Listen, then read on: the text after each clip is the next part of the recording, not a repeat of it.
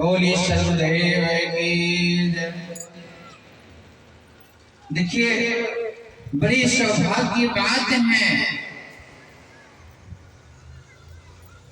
बैकुंठपुर ग्राम में ज्ञान रूपी गंगा बह रहा है और कितना लोग जो है चिंता में पड़ा हुआ है और कितना लोग जो है गोता लगा रहा है। मानव दूर दूर जाते हैं और हमारे पास में गंगा आ चुका है तो हम जो है गोता नहीं लगा सकते। इसी प्रकार सबके मन में, सबके हृदय में विचार होना चाहिए, सब मिलजुल करके ज्ञान गंगा में गोता लगावा। क्योंकि देखिए कि साल में एक बार जो है बड़ी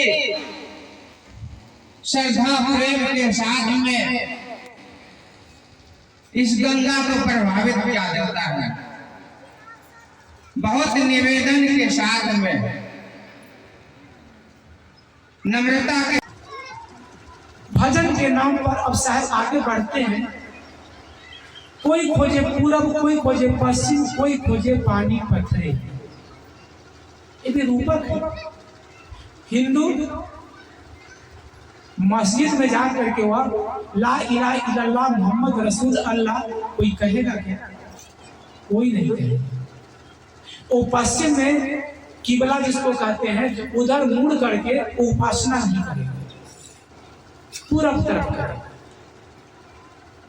तो यहाँ एक ही पंक्ति में शायद सबको लपेटे में ले लेते। कोई खोजे पूरब, यानी खोजने में लगा है।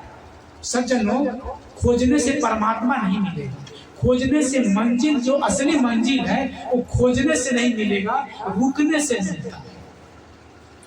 उल्टा ज्ञान कबीर का कह लग करो विचार, बैठे से ही पथ कटे चला चली नहीं पार। कबीर का उल्टा ज्ञान में शायद कहते लटवासी में कि तुम्हारा जो असली मंजिल है, रुक जाओ, चुपचाप बैठ जाओ तो तुम्हारा जो असली मंजिल है वो मिल जाएगा। और चलोगे, चाहे बाबा धाम छोड़ो ना, तुम बद्रीनाथ चले जाओ, केदारनाथ चले जाओ, कांवड़ चले जाओ, नहीं मिलेगा। पानी पत्थर मिलेगा, पंडा पुजारी के धक्के मिलेंगे, ईश्वर वहां नहीं मिलेगा। अगर बैकुंठपुर में भगवान नहीं मिलेगा तो कहीं भगवान नहीं।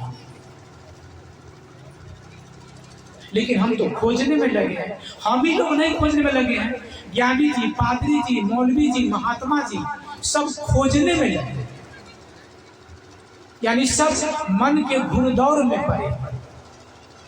ऐसे चंदन, ऐसे तिलक, ऐसी माला, ऐसे फेरो, ऐसे पूजा करो, ऐसे पाठ करो, ये नाम जपो, वो नाम जपो, इस नाम से मुक्ति है, उस पंथ में जाने से कल्याण है। कबीर पंथ को छोड़ो, शिव चर्चा में जाओ, शिव को जपो। कितने कबीर पंथी शिव चर्चा में चले, क्योंकि महंगा का सौदा है। लेकिन सज्जनों, ये भी तो आप जानते हैं, महंगा रोबे एक बार और सस्ता रोबे।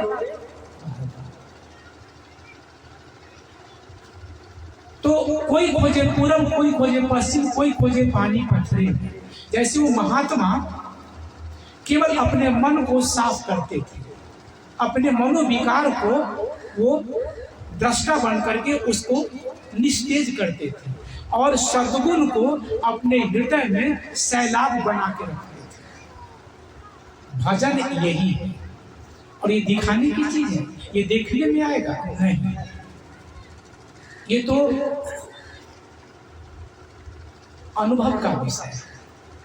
जो करेगा वही उसको कहे। कभी गूंगे गुड़ खाया, पूछे से क्या कहिए? गूंगा को गुड़ खिलाएंगे और पूछे कि भैया कैसा लगता है, तो क्या बताएगा? मिठास में मुस्कुरा देगा वो, जबान से कह नहीं सकता।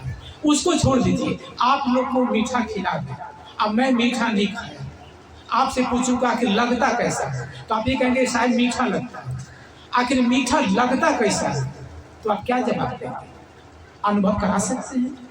हमको भी जबान पर आप मीठा देंगे, हम भी जब जबान पर गुड़ को शक्कर को रखेंगे तब पता चलेगा कि अगर मीठा लगता कैसा है।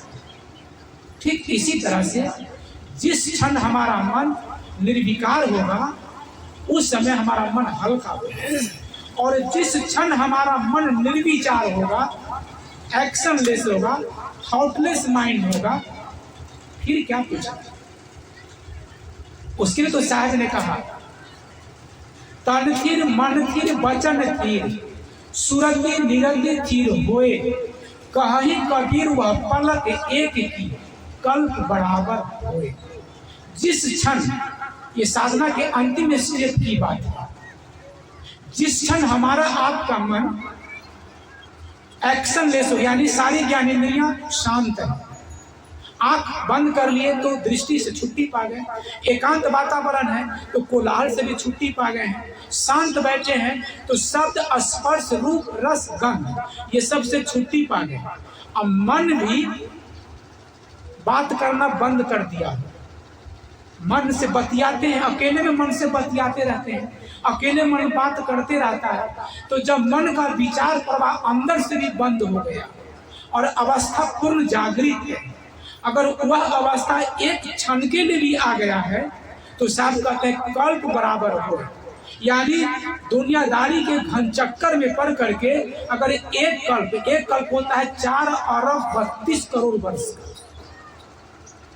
अगर 4 अरब 32 करोड़ वर्ष बिता दिए दुनियादारी में, वो इसके एक क्षण वाला में भी जो निर्विकल्प अवस्था हुआ उसमें बराबरी नहीं कर सकता, क्योंकि वही जीवन हमारा सार्थक हुआ। सज्जनों, मेरा कहने का भाव है, मैं को समझ, ये कचरा है, कोई खोजे पूरब, कोई खोजे पश्चिम, कोई खोजे पानी पत्थरे, एक उदाहरण में दिया गया, यानी खोजेंगे कहीं भी। अब कबीर साहब की मूर्ति लगा लीजिए और वही नाक रगड़ते रहिए, कबीर साहब थोड़े मिलेंगे, उनका शरीर छूटे करीब 550 वर्ष हो गया, हड्डी भी नहीं मिलेगी। उनका ज्ञान जो उन्होंने दिया हम लोगों को, संत सदगुरु की कृपा से जो पीढ़ी दर पीढ़ी ज्ञान आ रहा है, उस ज्ञान को हम लोग अपने जीवन में आत्मसात करें तो कबीर साहब की कृपा के साथ साथ संत गुरु की कृपा हमारे ऊपर बरस रही है। खोजना बंद करें, क्योंकि खोजने से नहीं मिलेगा। मुक्ति ऐसी चीज है सबको छोड़े हुए, जब तक राखे अन्न को तब तक तेही को खोज।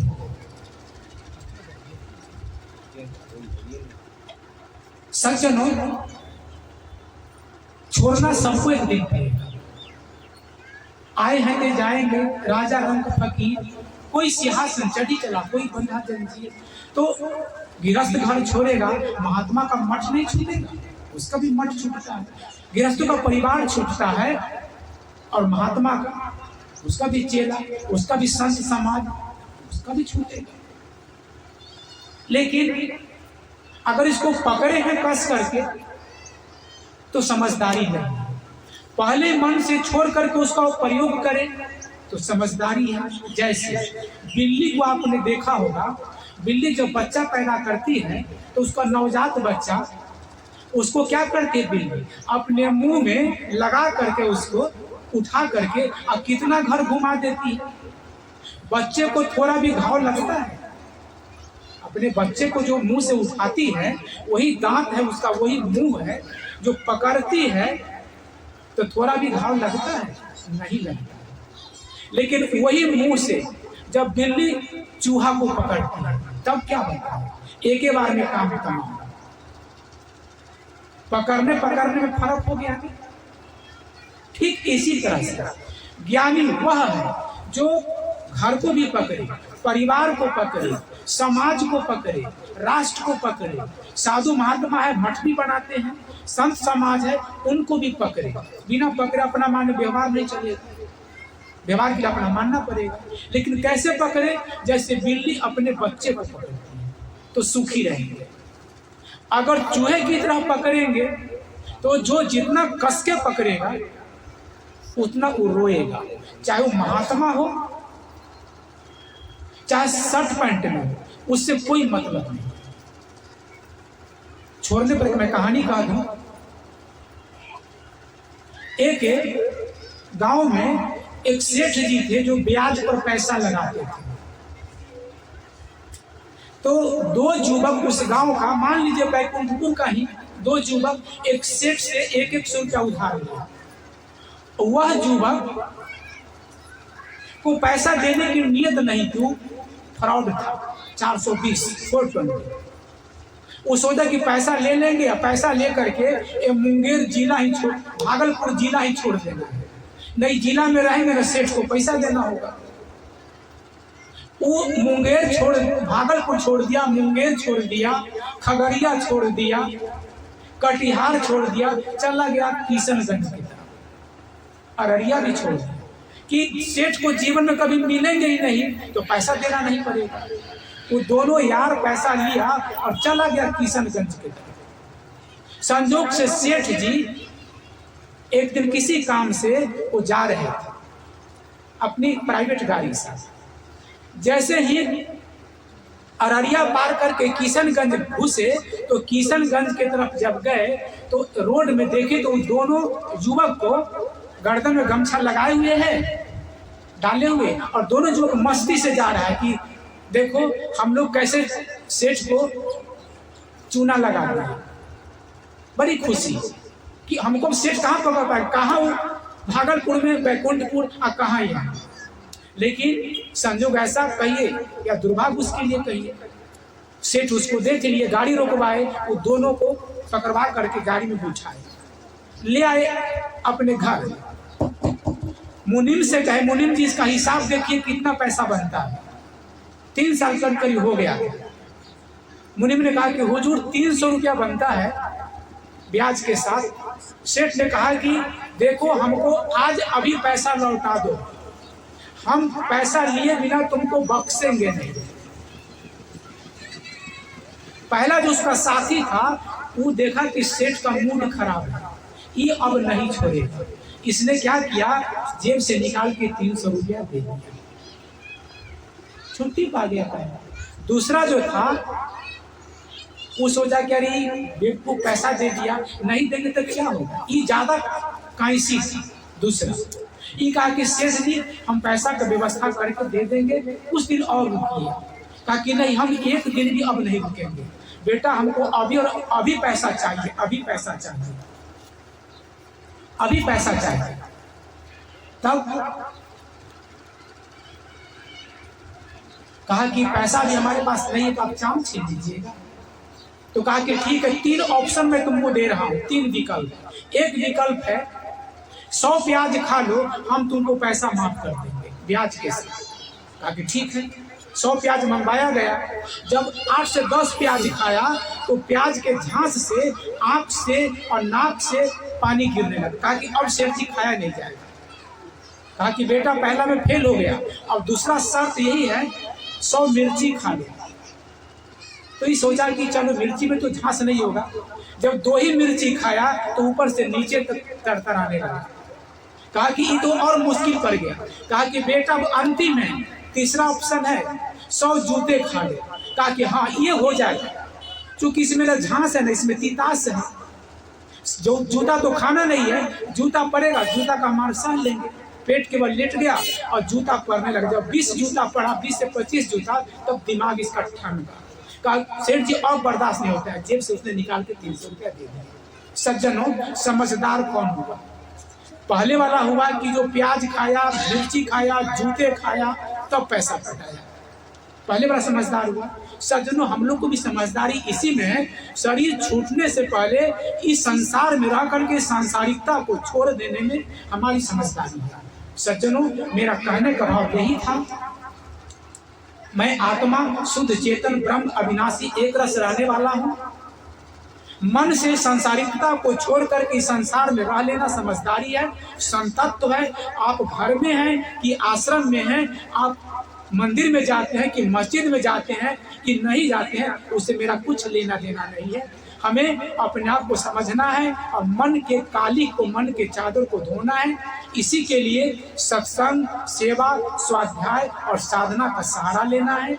इन्हीं शब्दों के साथ मैं अपनी वाणी को विराम देता हूँ। साहिब बोले सदगुरुदेव की जय। साथ में